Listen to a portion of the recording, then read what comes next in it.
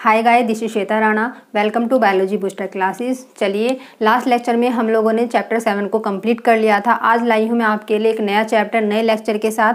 आज का जो चैप्टर है वो चैप्टर नंबर 8 है 11th क्लास के सिलेबस में, जिसका नाम है cell the unit of life. ठीक है, जैसे कि हम लोग पहले भी पढ़ चुके हैं प्लांट के बारे में, एनिमल के बारे में, और हम लोगों ने पढ़ चुके हैं 3 टाइप के एनिमल्स के बारे में, फ्रॉग के, अर्थवॉर्म के और कॉकरोच के। देखिए, जितने भी टाइप के लिविंग ऑर्गेनिज्म होते हैं हमारे एनवायरनमेंट के अंदर जो हम देखते हैं वो किसी ना किसी चीज़ से तो ओरिजिन हुए होंगे ना। तो हम आज के चैप्टर में हमें यही डिस्कस करना है कि जो हम डिफरेंट टाइप के लिविंग ऑर्गेनिज्म को अपने एनवायरनमेंट में देखते हैं उनकी उत्पत्ति कैसे हुई है, मतलब उनकी जो बॉडी का फॉर्मेशन है वो कैसे हुआ है।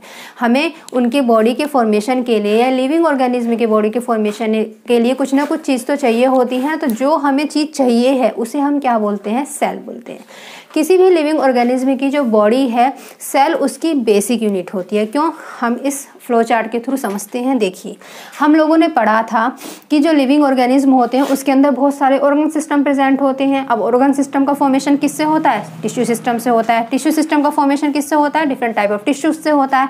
और टिश्यूज का फॉर्मेशन किससे होता है? ग्रुप ऑफ सेल से होता है। पढ़ाया था ना मैंने आप लोगों को, जब आप लोगों को प्लांट टिश्यूज़ के बारे में और एनिमल टिश्यूज़ के बारे में पढ़ाया था, तो आप लोगों को वहाँ बताया था ना कि ग्रुप ऑफ सेल्स जो सिमिलर होती हैं फंक्शन में भी और ओरिजिन में भी, वो सभी की सभी ग्रुप ऑफ सेल्स मिलकर बनाती हैं टिश्यूज़। किसी भी लिविंग ऑर्गेनिज्म के बॉडी के फॉर्मेशन के लिए हमें सबसे बेसिक चीज़ क्या चाहिए होगी बच्चों? सेल चाहिए होगा। क्यों? क्योंकि सेल नहीं होगी तो टिश्यू का फॉर्मेशन नहीं होगा।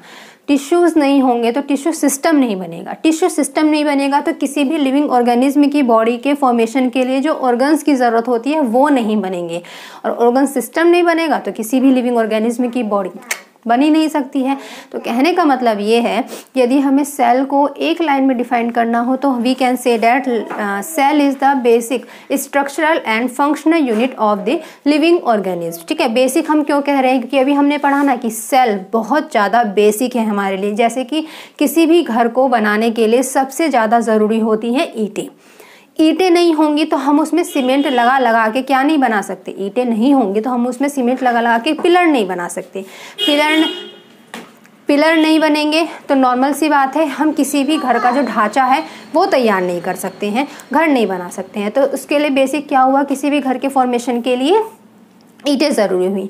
इसी तरीके से किसी भी लिविंग ऑर्गेनिज्म की बॉडी के बनाने के लिए, बॉडी के फॉर्मेशन के लिए सबसे बेसिक चीज़ क्या होती है? सेल होती है। ठीक है, सेल की ज़रूरत पड़ती है।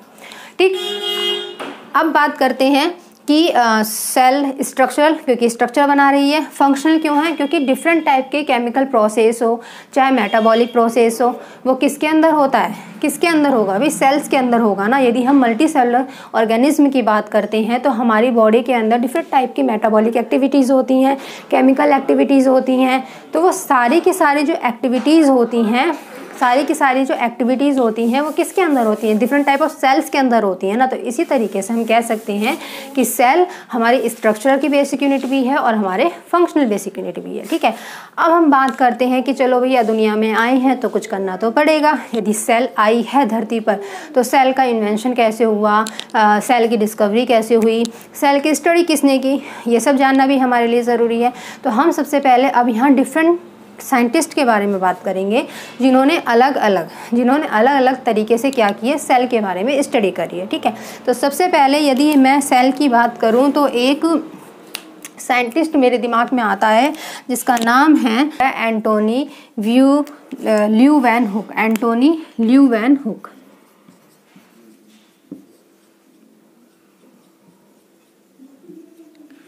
ल्यू वैन हुक, ठीक है,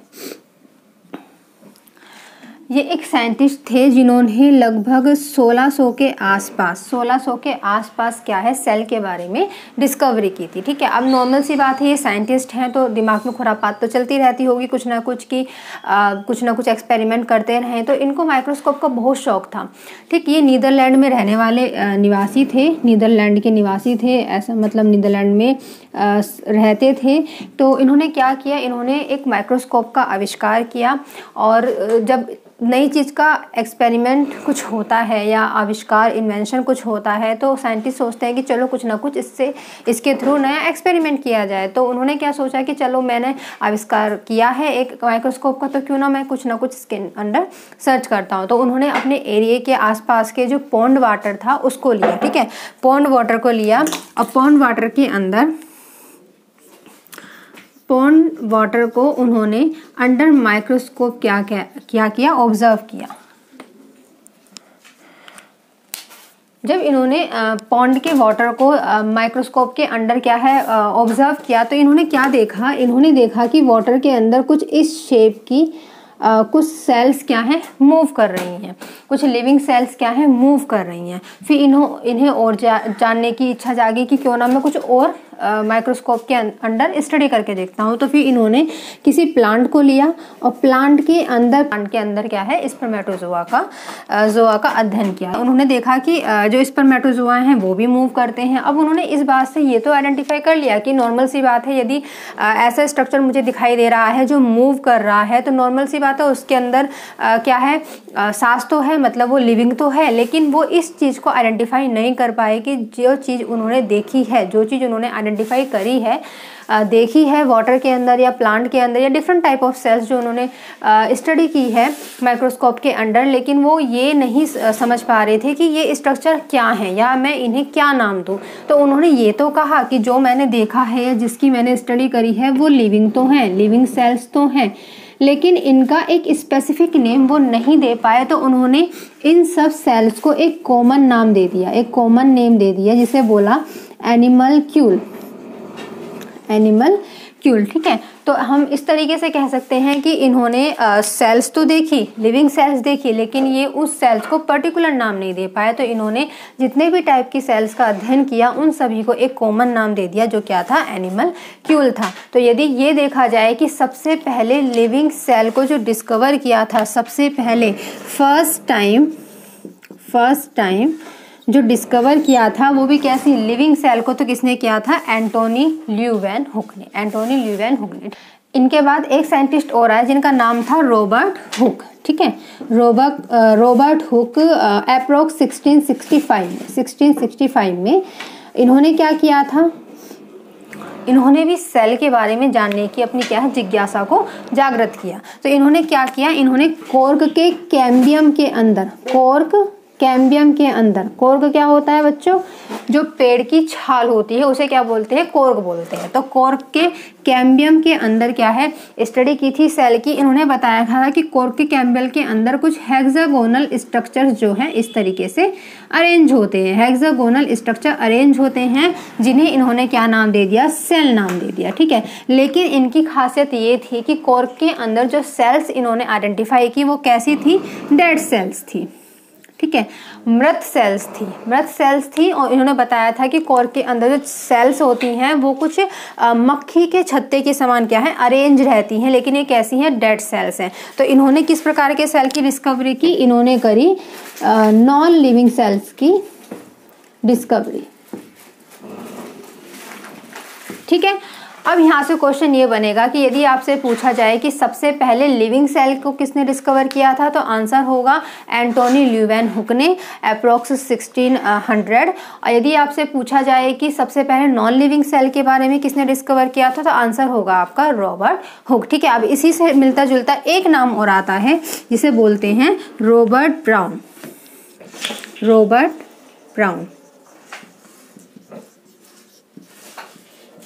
ब्राउन, ठीक है। इन्होंने डिस्कवर किया था न्यूक्लियस, ठीक है। न्यूक्लियस क्या है, न्यूक्लियस एक सेल ऑर्गन है जो सेल के अंदर पाया जाता है, बहुत ही इंपॉर्टेंट पार्ट है ये सेल का। क्या है, कैसे है, क्यों है, ये सब मैं बताऊंगी जब हम जो है प्रोकैरियोटिक यूकैरियोटिक सेल के स्ट्रक्चर के बारे में समझेंगे। यहाँ तो बस आप लोग इतना याद रखिए कि जो रॉबर्ट हुक थे उन्होंने क्या किया था, उन्होंने डिस्कवरी की थी नॉन लिविंग सेल की। और जो रॉबर्ट ब्राउन थे उन्होंने डिस्कवरी की थी किसकी की थी, न्यूक्लियस की सेल के अंदर, ठीक है। तो ये तो हो गए दो साइंटिस्ट जिन्होंने अबाउट सेल के बारे में बताया। अब यदि सेल के बारे में पता चल गया है तो सेल के खानदान के बारे में भी जानने की ज़रूरत पड़ेगी, या सेल के और ज़्यादा करैक्टर्स के बारे में जानने की ज़रूरत पड़ेगी। भी नॉर्मल सी बात है, यदि किसी लड़के को कोई लड़की पसंद आ रही है, लड़की का नाम उसे पता चल जाए तो फिर वो क्या करता है, फिर वो जानने की कोशिश करता है ना कि हाय लड़की कौन से कॉलेज में पढ़ती है, लड़की कौन सी क्लास में पढ़ती है, लड़की का बर्थडे कब है, लड़की को क्या क्या पसंद है, करता है या नहीं करता है।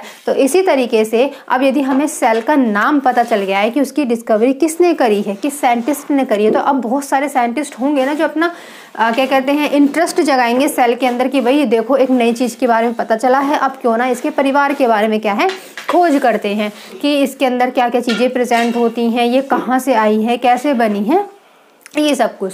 तो अब इन साइंटिस्ट के बाद भी बहुत सारे साइंटिस्ट आए जिन्होंने अलग अलग अपने ओपिनियन दिए अबाउट दी सेल, सेल के स्ट्रक्चर के बारे में स्टडी करी, सेल के नेचर के बारे में स्टडी करी, सेल के ओरिजिन के बारे में स्टडी करी और उसके आधार पर क्या दी, एक सेल थ्योरी दी। तो चलिए we will discuss about cell theory बच्चों। अब जैसे कि हम लोग देख चुके हैं कि डिस्कवरी ऑफ लिविंग सेल हम पढ़ चुके हैं और हम पढ़ चुके हैं डिस्कवरी ऑफ न्यूक्लियस, ठीक है। अब हम बात करते हैं कि जब सेल की डिस्कवरी हो चुकी है तो आगे सेल के पूरे खानदान के बारे में कि सेल से क्या क्या होता है, सेल से क्या क्या नहीं होता है, एक तरीके से उसकी थ्योरी जो थी वो किसने दी थी। तो दो साइंटिस्ट थे, एक थे मैथियस स्लाइडन और एक थे आपके थियोडोर श्वान। दो साइंटिस्ट थे जिन्होंने कंबाइन होकर एक थ्योरी दी थी जिसे सेल थ्योरी कहा गया था। तो चलिए we will discuss about cell theory.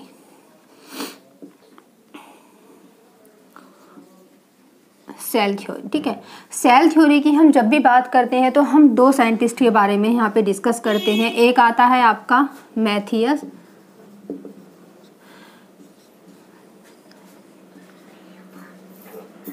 स्लाइडन और एक आता है आपका यहाँ पर थियोडोर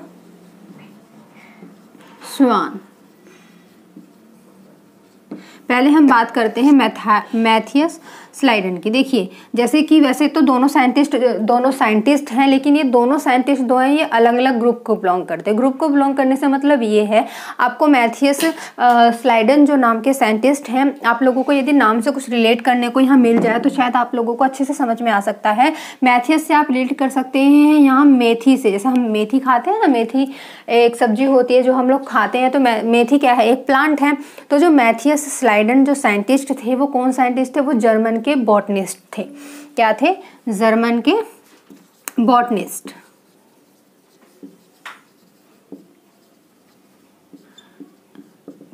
थे। लेकिन यदि हम थियोडोर श्वान की बात करते हैं तो श्वान एक बर्ड होता है, श्वान एक बर्ड होता है, तो उससे आप रिलेट करके याद रख सकते हैं। ये क्या थे, ये ब्रिटिश जूलॉजिस्ट थे, ब्रिटिश जूलॉजिस्ट थे, ठीक है। अब देखिए सबसे पहले जब सेल की डिस्कवरी हो गई तो उसके बाद 1838 में स्लाइडन ने सेल के बारे में क्या है स्टडी करनी शुरू करी। तो उन्होंने क्या करा, उन्होंने अलग अलग टाइप के जो प्लांट्स होते हैं उनके बारे में स्टडी करी और बताया कि जो प्लांट्स होते हैं, जो डिफरेंट टाइप ऑफ प्लांट्स होते हैं, वो भी किससे मिलकर बने हुए होते हैं, सेल्स से मिलकर बने हुए होते हैं। अब इन्होंने सिर्फ इतनी जो है अपने स्टडी की थी, लेकिन इसके बाद इन्होंने आगे अपने जो है रिसर्च को आगे नहीं बढ़ाया, ठीक। सिर्फ इतना पता लगाया इन्होंने कि जो प्लांट्स होते हैं क्या करते हैं, बहुत सारी सेल से मिलकर बने हुए होते हैं। कहने का मतलब ये है कि जो प्लांट की बॉडी का जो फॉर्मेशन होता है वो भी डिफरेंट टाइप ऑफ सेल से मिलकर बना, सेल से होता है। लेकिन यदि हम श्वान की बात करते हैं, श्वान को जैसे ही मैथियस स्लाइडन के रिसर्च के बारे में पता चला तो इन्होंने भी जो स्लाइडन थे उन्होंने 1838 में और जो श्वान थे उन्होंने 1839 में क्या है सेल के ऊपर रिसर्च करना स्टार्ट किया। इन्होंने सबसे पहले रिसर्च की थी किसके बारे में, एनिमल सेल्स के बारे में, ठीक है। इन्होंने, यदि हम स्लाइडन की बात करते हैं तो स्लाइडन ने स्टडी की थी अबाउट प्लांट सेल, लेकिन यदि हम श्वान की बात करते हैं तो श्वान ने स्टडी करी थी अबाउट एनिमल सेल, ठीक है, एनिमल सेल। तो इन्होंने स्टडी करी थी प्लांट सेल की, लेकिन इन्होंने स्टडी करी एनिमल सेल की। लेकिन हालांकि जो सेल के बारे में स्टडी दोनों ने ही की थी, लेकिन उसके बाद यदि हम ये देखे जाए कि सब उसके बाद ज़्यादा स्टडी या अपने ज़्यादा ओपिनियन जो रखे थे वो रखे थे स्वान ने। लेकिन एक तरीके से कह सकते हैं जो स्टार्टिंग करी थी की तो स्लाइडेन ने थी, लेकिन स्लाइडेन अपने रिसर्च के बाद तो क्या है रेस्ट ले चुके थे, मतलब उन्होंने आगे रिसर्च नहीं करी कि प्लांट है और यदि सेल है तो उसमें कौन कौन से स्ट्रक्चर्स प्रेजेंट हो सकते हैं, उसके अंदर कोई मेम्ब्रेन भी प्रेजेंट हो सकती है, उसके अंदर जो मेम्ब्रेन है वो किससे मिल, ये सब इन्होंने डिस्कस नहीं किया अपनी रिसर्च में। लेकिन जो स्वान थे इन्होंने क्या किया, एनिमल सेल की स्टडी भी करी। जब इनको पता चला कि हाँ भाई प्लांट भी क्या है, वो भी सेल से मिलकर बने हुए हैं, तो इन्होंने क्या कंसेप्ट दिया, इन्होंने ये भी कंसेप्ट दिया कि जब एनिमल भी सेल से मिलकर बने हुए हैं और प्लांट्स भी सेल से मिलकर बने हुए हैं, तो इन्होंने ये कह दिया कि ऑल लिविंग थिंग्स या organism are made by cells. ठीक है, इन्होंने ये बात जो है अपने ओपिनियन में बता दी कि केवल एनिमल ही नहीं, जो प्लांट्स होते हैं वो भी सेल से मिलकर बने हुए हैं। That's why we can say that animals and plants या living organism are made up of cells. ठीक है, फिर इन्होंने सेकंड बात ये बताई कि भाई सेल्स से तो बने हुए हैं, लेकिन एनिमल सेल्स और प्लांट सेल्स दोनों के ऊपर ही क्या है, एक मेम्ब्रेन प्रेजेंट होती है। दोनों के ऊपर क्या है, एक मेम्ब्रेन प्रेजेंट होती है।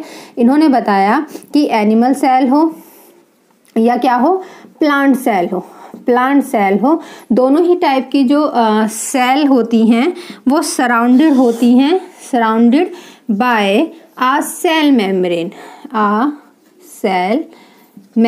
ठीक है, सेल मेम्ब्रेन। ये बात भी किसने बताई, स्वान ने बताई। फिर स्वान ने एक बात और बताई कि जो सेल मेम्ब्रेन है वो तो प्लांट सेल में भी प्रेजेंट होगी और एनिमल सेल में भी प्रेजेंट होगी। लेकिन जब इन्होंने प्लांट की और स्टडी करी, प्लांट सेल के बारे में फर्दर स्टडी करी, तो उन्होंने एक बात और आइडेंटिफाई की, वो ये आइडेंटिफाई की कि प्लांट सेल्स में सेल मेम्ब्रेन के अलावा भी मेम्ब्रेन एक वॉल प्रेजेंट होती है जिसे हम बोलते हैं सेल वॉल।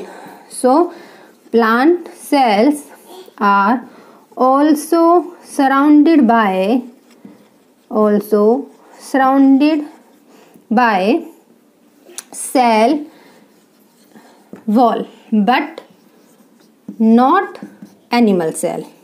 ठीक है, but not animal cell.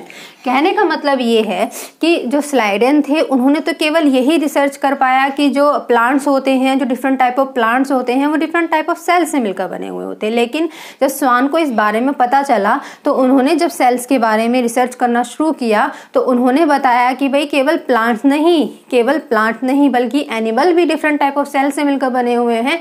That's why we can say that living organism are made up of different type of cells. फिर इन्होंने बताया कि चाहे एनिमल सेल हो चाहे प्लांट सेल्स हो, both cells are surrounded by a cell membrane. ठीक, फिर इन्होंने और स्टडी करी, फिर इन्होंने ये चीज़ बताई कि जो प्लांट सेल होती है वो केवल सेल मेम्ब्रेन से कवर नहीं होती है, सेल मेम्ब्रेन के ऊपर भी एक मेम्ब्रेन प्रेजेंट होती है जिसे बोलते हैं सेल वॉल। ठीक है बच्चों, तो ये सब जो बातें थी ये किसने बताई, स्वान ने बताई। तो फिर जब धीरे धीरे स्टडी होती गई, रिसर्च होती गई और क्या है धीरे धीरे लोगों को पता चलता गया, तो एक टाइम ऐसा आया जब लोगों को पता चला, या हम ऐसे कह सकते हैं हमारे कानून को पता चला कि भाई खाली सेल के बारे में रिसर्च किसने की, स्वान ने नहीं की है, बल्कि स्लाइडेन का भी इसमें चाहे थोड़ा ही पार्ट है लेकिन वो पार्ट तो है ना। प्लांट सेल के बारे में तो पहले उसने ही बताया ना। तो कहने का मतलब ये है कि फिर जो सेल थ्योरी का जो क्रेडिट था वो केवल स्वान को ना देकर स्लाइडेन और स्वान दोनों को दिया गया। सो इस बेस पर हम कहते हैं कि जो सेल थ्योरी थी वो किसके द्वारा दी गई, वो स्लाइडेन और स्वान के द्वारा दी गई थी। किसमें, 1839 में। 1839 में जो सेल थ्योरी थी वो दोनों साइंटिस्ट के द्वारा दी गई थी। किसमें दी गई थी, 1839 में। ठीक है, आई बात समझ। तो इस थ्योरी की क्या क्या बातें जो है दी गई थी। इस थ्योरी की बात ये दी गई थी, सबसे पहले एक बात दी गई कि all organism are made by cells। ठीक है, cells plants as well as animals. ठीक है, दूसरी बात बताई गई जो सेल्स होती हैं, cells are represent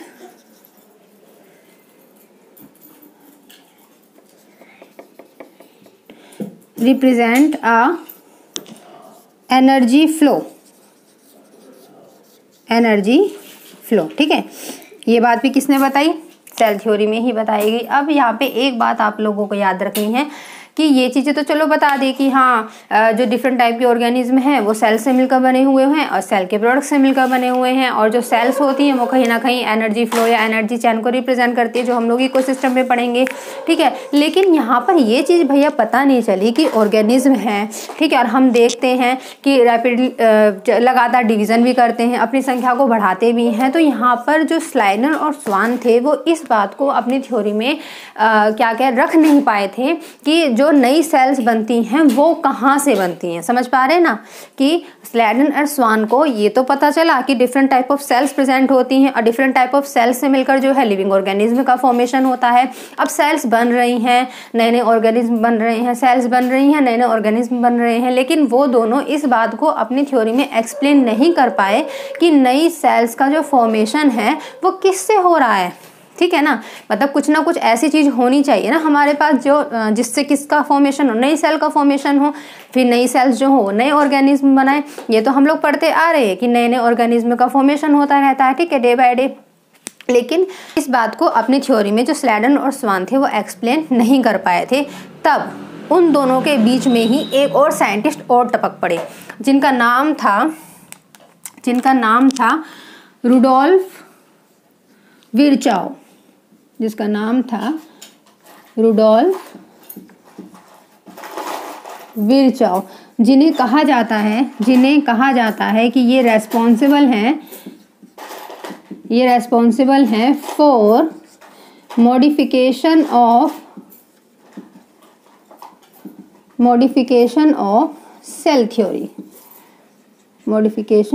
cell theory. इन्होंने क्या मॉडिफाई किया? इन्होंने 1855 में जब स्लाइडर और स्वान द्वारा जो सेल थ्योरी दी गई थी उसकी स्टडी करी, तो उन्होंने भैया बताया कि अरे भैया ये सब बात तो ठीक है, चलो नए नए ऑर्गेनिज्म बन रहे हैं डिफरेंट टाइप ऑफ सेल से। फिर इन्होंने ये बताया कि जो न्यू सेल्स बनती हैं वो पहले से ही उपस्थित किसी ना किसी सेल में डिवीजन होने से बनती हैं। समझ पा रहे हैं? That means Rudolph says that new cells are formed by due to the division of pre-existing cells, यानी कि जिस भी लिविंग ऑर्गेनिज्म के अंदर कोई भी नई सेल का फॉर्मेशन हो रहा है तो वो नई सेल उस लिविंग ऑर्गेनिज्म के अंदर जो पहले से ही पुरानी सेल प्रेजेंट थी उसमें डिवीजन होने के बाद बनती हैं। ठीक है, तो इसका मतलब ये है कि उन्होंने अपने जो स्टेटमेंट था उन्होंने एक छोटे से स्टेटमेंट में कन्वर्ट करके दिया था। उन्होंने बोला था, क्या बोला था बच्चों? उन्होंने बोला था ओमनीस सेलुला ई सेलुलाए। ठीक है, ओमनीस सेलुला ई सेलुलाए। उन्होंने बोला कि new cells are formed by due to the division of pre existing cells. ठीक है, जब ये मॉडिफाई सेल थ्योरी में उन्होंने कर दिया तब जाकर स्लाइडन और स्वान की सेल थ्योरी को एक फाइनल शेप मिल पाया। आई बात समझ में? तो सेल थ्योरी क्या थी? सेल थ्योरी में कुछ बातों को Schleiden, Schwann and also Rudolf Virchow ने रखा था अबाउट सेल। उन्होंने बताया कि जो ऑर्गेनिज्म होते हैं, जो चाहे एनिमल हो चाहे प्लांट हो, वो डिफरेंट टाइप ऑफ सेल से मिलकर बने हुए होते हैं, different type of cell products से मिलकर बने हुए होते हैं। सभी के सभी जो सेल्स होती हैं वो एनर्जी फ्लो को शो करती हैं। इसके अलावा सभी सेल्स में जितनी भी टाइप की सेल्स होती हैं वो सब सेम होती हैं केमिकल कंपोजिशन में। तो cells are show same chemical composition.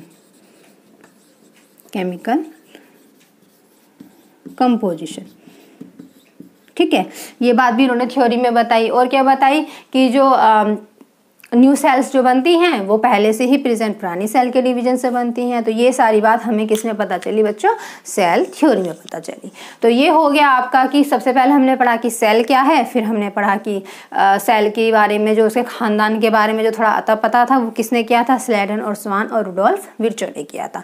तो यहाँ पर आप लोगों को ये बातें याद रखनी है। आप लोगों से यदि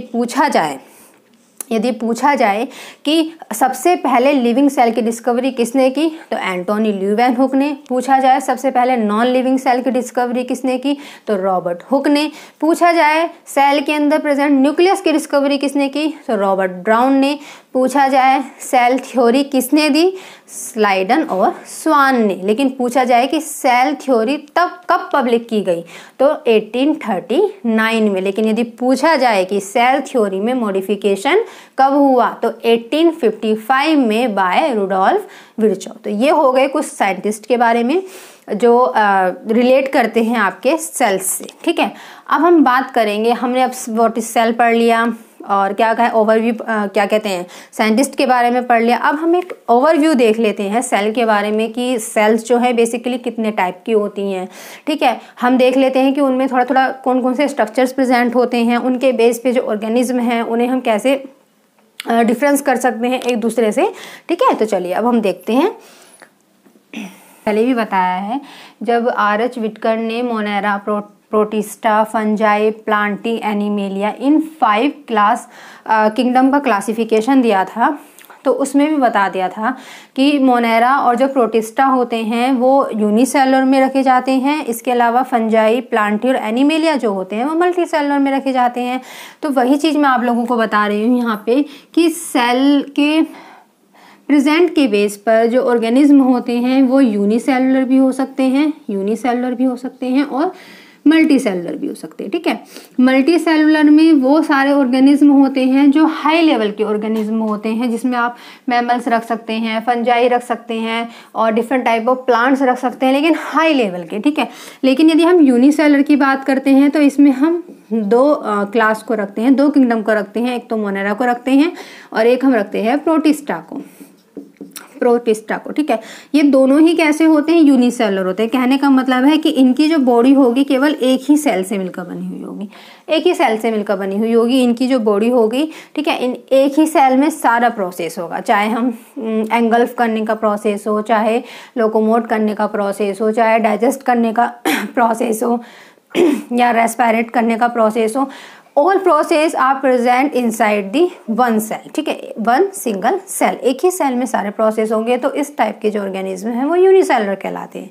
लेकिन यदि हम मल्टी सेलुलर की बात करें तो जैसे ये कोई भी हम पर्टिकुलर एनिमल की बात नहीं कर रहे हैं, हम केवल मल्टी सेलुलर में हमने सारे जो है किंगडम ले लिए हैं और एक रफली सा डायग्राम बना दिया है कि ये कोई एक मल्टी सेलुलर सेल का डायग्राम है। अब मल्टी सेलुलर में होता क्या है कि बहुत सारे सेलुलर ऑर्गन्स प्रेजेंट होते हैं। देखिए, एक ऑर्गन ये हो गया, एक ऑर्गन ये हो गया, एक ऑर्गन ये, एक ऑर्गन ये, एक ऑर्गन, मतलब एक ही सेल के अंदर बहुत सारे सेलुलर ऑर्गन्स प्रेजेंट होते हैं।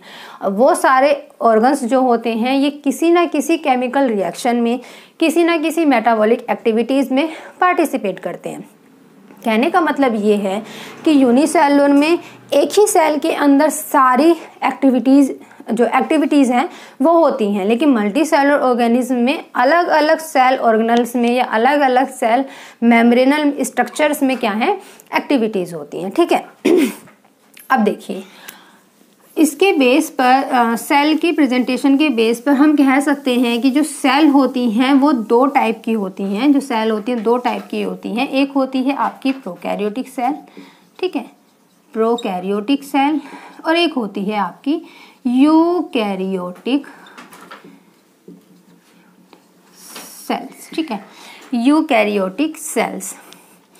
यदि वैसे तो मैं आप लोगों को बिल्कुल सेपरेट भी पढ़ाऊंगी, एक अलग अलग लेक्चर दूंगी प्रोकैरियोटिक सेल के ऊपर और यूकैरियोटिक सेल के ऊपर, लेकिन यहाँ पे क्या है, हम चैप्टर की स्टार्टिंग कर रहे हैं, हम ओवरव्यू देख रहे हैं कि हमें पढ़ना क्या क्या है अंदर चैप्टर में जाकर। तो यहाँ पे मैं बेसिक चीज़ें आप लोगों को बताकर चलूँगी कि प्रोकैरियोटिक सेल में क्या है यूकैरियोटिक सेल में, क्या है प्रोकैरियोटिक सेल में, क्या नहीं है जो यूकैरियोटिक सेल में है, इस तरीके से। ठीक है, सबसे पहले हम यदि प्रोकैरियोटिक सेल की बात करते हैं तो ये प्रोकैरियोटिक सेल क्या है, बेसिकली सिंगल सेलुलर स्ट्रक्चर होगा। ठीक है, प्रोकैरियोटिक सेल जो होते हैं वो सिंगल सेलुलर स्ट्रक्चर होते हैं, सिंगल सेलुलर स्ट्रक्चर होते हैं। लेकिन यदि हम यूकैरियोटिक सेल की बात करते हैं तो ये मल्टी सेलुलर स्ट्रक्चर होते हैं, मल्टी सेलुलर स्ट्रक्चर होते हैं। ठीक है, अब यहाँ पर आप लोगों को एक बात याद रखनी है कि जो हमने प्रोटिस्टा पढ़ा था ना यूनिसेलुलर में, वो भी यूकैरियोटिक सेल का ही टाइप है। यानी कहने की बात ये है कि यूकैरियोटिक सेल में हम 4 टाइप के किंगडम को यहाँ रख सकते हैं। प्रोटिस्टा भी इसमें आएगा और आपका फंजाई भी इसी में आएगा, प्लांटी भी इसी में आएगा और आपका एनिमेलिया भी इसी में आएगा। लेकिन यदि हम बात करते हैं सिर्फ प्रोकैरियोटिक सेल की तो प्रोकैरियोटिक सेल में क्या आएगा, मोनेरा। क्या आएगा बच्चों, मोनेरा आएगा। क्योंकि मोनेरा के अंदर आप जितने भी एनिमल्स पढ़ते हैं, चाहे आप बैक्टीरियल सेल के बारे में बात करें, चाहे आप माइकोप्लाज्म के बारे में बात करें, चाहे आप पीपीएलओ के बारे में बात करें, किसी भी ऑर्गेनिज्म की बात यदि आप करते हैं जो सिंगल सेलुलर है वो किस में आता है, आपका मोनेरा में आते हैं। प्रोटिस्टा के कुछ एनिमल्स क्या हैं, यूकैरियोटिक सेल होते हैं और कुछ एनिमल्स ऐसे होते हैं प्रोकैरियोटिक सेल को भी रिप्रेजेंट करते हैं। डेट्स वाई जो प्रोटिस्टा होती है उसे हम कहाँ पे रखते हैं, यूकैरियोटिक सेल में रखते हैं। क्योंकि जब आप प्रोटिस्टा के जो एनिमल्स हैं उनके आप सेल देखेंगे ना, उनके आप सेल देखेंगे, यदि वो यूनिसेलुलर भी होंगे तब भी उनके अंदर कुछ सेल ऑर्गेनल्स ऐसे प्रेजेंट होंगे जो यूकैरियोटिक सेल वाले ऑर्गेनल्स की तरह क्या है, शो करेंगे अपने करेक्टर्स को। डेट्स वाई प्रोटिस्टा को किस में रख देते हैं, हम यूकैरियोटिक सेल में रख देते हैं। अब देखिए मैंने बताया ना कि मैं सेपरेट लेक्चर दूंगी, वहाँ आपको बहुत अच्छे से समझाऊंगी कि प्रोकैरियोटिक सेल क्या है, यूकैरियोटिक सेल क्या है, या हम क्या बेसिक चीज़ें देख लेते हैं। देखिए सबसे पहले बात ये है कि जो प्रोकैरियोटिक सेल होती है और जो यूकैरियोटिक सेल होती है दोनों में ही क्या है, सेल मेम्ब्रेन तो प्रेजेंट होगी बच्चों, सेल मेम्ब्रेन प्रेजेंट होती है। Cell membrane is also known as plasma membrane, plasma membrane, cell membrane is also known as plasma membrane. ठीक है, इसके अलावा सेल वॉल प्रेजेंट होती है। ठीक है, सेल वॉल प्रेजेंट होती है। अभी देखो मैंने यहाँ पे अंतर नहीं कराया, अभी हम प्लांट सेल की अलग कर रहे हैं, अभी हम एनिमल सेल की बात कर रहे हैं, या अभी हम बैक्टीरिया की बात करें। अभी मैं ओवरऑल व्यू लेके चल रही हूँ कि कौन कौन से स्ट्रक्चर्स हमें सेल के अंदर देखने को मिलते हैं। वो तीनों ही चीज़ों को मैंने यहाँ पर इंक्लूड कर दिया है। प्लांट के बारे में भी यही बात कर रही हूँ और एनिमल के बारे में भी और बैक्टीरियल सेल के बारे में भी। तो आप लोग यदि मतलब ये चीज़ें देखेंगे तो ये मत सोचना कि मैम यहाँ गलत दिखा दी, क्योंकि यहाँ पे मैं ओवरऑल बात कर रही हूँ कि तीनों ही टाइप के ऑर्गेनिज्म को यदि हम डिस्कस करेंगे, पढ़ेंगे, तो उनमें हमें क्या क्या देखने को मिलेगा। सेल मेम्ब्रेन देखने को मिलेगी, सेल वॉल देखने को मिलेगी और कुछ एनिमल्स हमें ऐसे देखने को मिलेंगे जिसमें कैप्सूल वॉल भी देखने को मिलेगी, कैप्सूल वॉल भी देखने को मिलेगी बच्चों। ठीक है, इसके अलावा जैसे कि मैं बार बार कह रही हूँ कि जो प्रोकैरियोटिक सेल्स होती हैं वो बहुत ही प्रिमिटिव स्टेज वाली सेल्स होती हैं। मतलब जब न्यू सेल्स क्या है ओरिजिन ही हुई थी, तो उस टाइम पे जो सेल्स होती हैं वो प्रिमिटिव सेल्स यानी कि प्रोकैरियोटिक सेल्स कहलाती हैं। अब होता क्या है, जो बेसिक डिफरेंस है प्रोकैरियोटिक और यूकैरियोटिक सेल्स में वो इस चीज़ का होता है न्यूक्लियस का। ठीक है, न्यूक्लियस का, क्योंकि प्रोकैरियोटिक सेल में कोई भी बाउंडेड मेम्ब्रेन नहीं पाई जाती है, या मैं ऐसे कह सकती हूँ कि प्रोकैरियोटिक सेल में किसी भी तरीके का कोई भी मेम्ब्रेनल सेल ऑर्गेनल नहीं पाया जाता है। समझ रहे हैं ना आप लोग। देखिए जैसे कि मान लीजिए ये 2 सेल हैं, ठीक है, यहाँ पे ये 2 सेल ले ली मैंने, यहाँ पे ये वाली प्रोकैरियोटिक सेल ले ली, यहाँ पे मैंने यूकैरियोटिक सेल ले ली। अब मैंने आप लोगों को बताया है कि प्रोकैरियोटिक सेल में किसी भी तरह का बाउंडेड मेम्ब्रेनल सेल ऑर्गेनल जो है पाया नहीं जाता है। लेकिन यदि हम यूकैरियोटिक सेल की बात करते हैं तो इसमें different type of membranal cell organelles जो है पाए जाते हैं। सेल ऑर्गेनल्स फॉर एग्जांपल के लिए इसके में एक सबसे एक राउंडेड स्ट्रक्चर होता है, पता है आप लोगों को। राउंडेड स्ट्रक्चर होता है जिसे हम नाम देते हैं न्यूक्लियस। जिसे हम नाम देते हैं न्यूक्लियस। अब देखो मैंने बताया ना, एक सेल तो इसमें ऑलरेडी प्रेजेंट है, ठीक है, जिसे हम सेल मेम्ब्रेन कहेंगे। लेकिन सेल मेम्ब्रेन के अंदर, जहाँ सेल के अंदर भी बहुत सारे सेल मेम्ब्रेनल स्ट्रक्चर्स प्रेजेंट होते हैं। फॉर एग्जांपल न्यूक्लियस में न्यूक्लियस प्रेजेंट होता है, लेकिन प्रो में बच्चों न्यूक्लियस प्रेजेंट होता ही नहीं है, क्योंकि हम बता रहे हैं ना कि प्रोकैरियोटिक सेल में किसी भी टाइप का मेम्ब्रेन से बाउंड होने वाला सेल ऑर्गेनल नहीं पाया जाता है। अब न्यूक्लियस तो यहाँ पे चारों तरफ से एक मेम्ब्रेन से बाउंड है, और इसमें मेम्ब्रेन से बाउंड वाला कोई स्ट्रक्चर पाया ही नहीं जाता है। तो सबसे बड़ा मेन डिफरेंस तो इसी चीज का है कि यूकैरियोटिक सेल में मेम्ब्रेन से बाउंड होने वाले सेल ऑर्गेनल्स पाए जाते हैं, प्रोकैरियोटिक सेल में नहीं पाए जाते। पर ऐसा नहीं है कि प्रोकैरियोटिक सेल में कोई सेल ऑर्गन ही नहीं पाया जाता, पाए जाते हैं, पर वो ऐसे पाए जाते हैं जिनके चारों तरफ कोई मेम्ब्रेन होती ही नहीं है, ठीक है। फॉर एग्जांपल के लिए मीजोजोम होता है, प्लास्टिड होता है, मीजोजोम हुआ, प्लास्टिड हुआ, और प्रोटीन मॉलिक्यूल्स होते हैं, और आपका क्या कहते हैं सर्कुलर डीएनए होता है। ये सब कुछ वो हम पढ़ेंगे जब हम सेपरेट टॉपिक को डिस्कस करेंगे। अभी तो यहाँ पे आप मेन चीज़ समझ लीजिए, ठीक है। अब ये डिफरेंस हो गया। प्रोकैरियोटिक सेल में सबसे बड़ा मेन डिफरेंस यही है कि eukaryotic cell have many cell organelles, ठीक है, लेकिन prokaryotic cell have not any cell organelles जो बाउंड हो किसी ना किसी मेम्ब्रेन से, ठीक है। तो ये हो गया एक तो हम यहाँ लिख सकते हैं कि प्रोकैरियोटिक सेल में किसी भी टाइप का सेल ऑर्गेनल नहीं होता है या मेम्ब्रेनल सेल ऑर्गन नहीं होता है। तो कैसे लिखेंगे? Prokaryotic cell have not any membranal bounded structure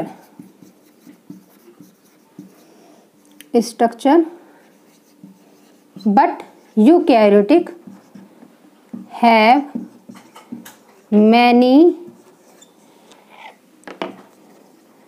membranal bounded structure, ठीक है, structures like endoplasmic reticulum, nucleus,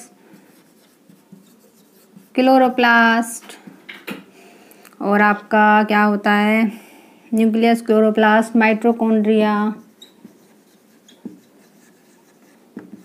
etcetera, ठीक है बच्चों। ये सब चीज़ें जो हैं डिफरेंस आप कर सकते हैं यूकैरियोटिक प्रोकैरियोटिक में, ठीक है। अच्छा, इसके अलावा जो प्रोकैरियोटिक सेल्स होती हैं, जो मतलब प्रोकैरियोटिक सेल्स और यूकैरियोटिक सेल दोनों में चीज़ पाई जाएंगी, राइबोसोम, ठीक, एक होता है क्रोमोसोम। हालांकि जो क्रोमोसोम प्रेजेंट होगा दोनों में अलग अलग शेप का प्रेजेंट होगा, लेकिन प्रेजेंट तो दोनों में है ना। तो हम सिमिलरिटीज भी देखते चल रहे हैं, और डिफरेंस क्या है ये भी देखते हुए चल रहे हैं। तो राइबोसोम प्रेजेंट होता है, क्योंकि अब ये जब हम स्ट्रक्चर ऑफ राइबोसोम पढ़ेंगे तो उसमें देखेंगे कि राइबोसोम के चारों तरफ किसी भी टाइप का क्या है स्ट्रक्चर प्रेजेंट नहीं होता है, मेम्ब्रेन जो है बाउंडेड नहीं होती है अराउंड द राइबोसोम, तो जिस वजह से वो प्रोकैरियोटिक सेल में प्रेजेंट होता है, और यूकैरियोटिक में तो हो गई होगा। क्रोमोसोम प्रेजेंट होता है, और आरएनए प्रेजेंट होगा, डीएनए प्रेजेंट होगा, डीएनए और क्रोमोसोम तो एक ही चीज़ है, प्रेजेंट होगा। तो ये सब चीज़ें जो हैं दोनों में प्रेजेंट होती हैं। सो ये सब चीज़ें क्या हैं,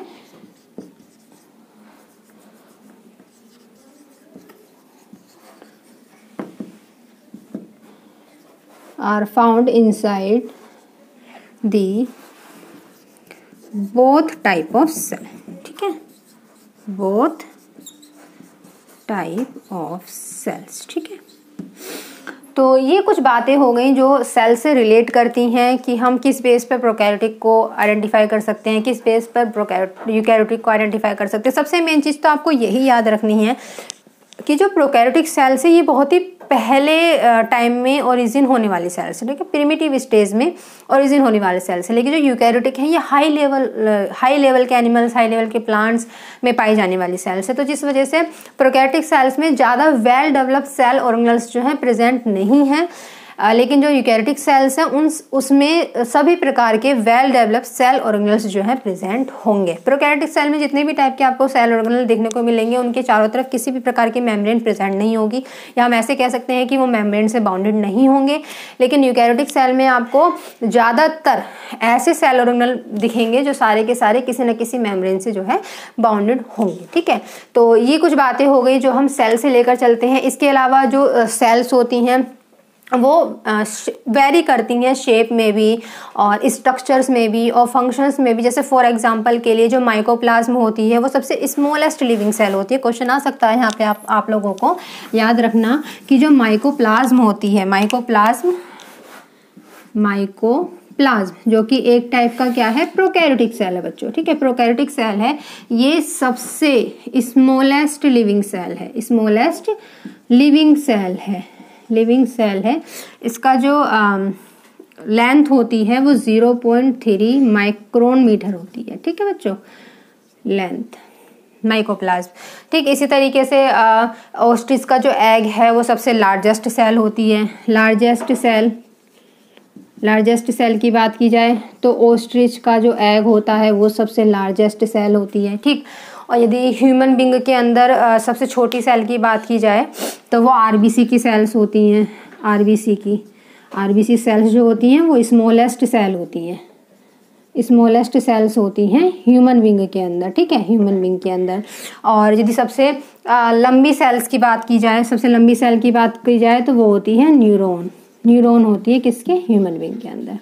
तो ये कुछ चीज़ें हैं जो मतलब सेल्स हैं, इनके बेस पर हम कह सकते हैं कि वो वैरी करती हैं, शेप में भी वैरी करती हैं, साइज़ में भी वैरी करती हैं और फंक्शंस में भी वैरी करती हैं, क्योंकि सबके अलग अलग फंक्शंस हैं। ठीक है, इसी के ये जो चीज़ें हैं आप लोग पढ़िए, समझिए, इस लेक्चर को देखिए। कोई भी डाउट है तो आप लोग पूछिए। फिलहाल आज का टॉपिक मैं यहीं ख़त्म करती हूँ। नेक्स्ट लेक्चर में हम लोग मिलेंगे टाइप ऑफ सेल्स के साथ, जिसमें पहला टाइप होगा हमारा प्रोकैरियोटिक सेल। अच्छे से समझाऊंगी, डायग्राम के साथ समझाऊंगी, एक एक चीज़ समझाऊंगी। तो नेक्स्ट लेक्चर में ज़रूर जुड़िएगा। तब तक के लिए सेफ रहिए, सुरक्षित रहिए, अपना ध्यान रखिए और पढ़ते रहिए। Thanks watching for my video and best of luck.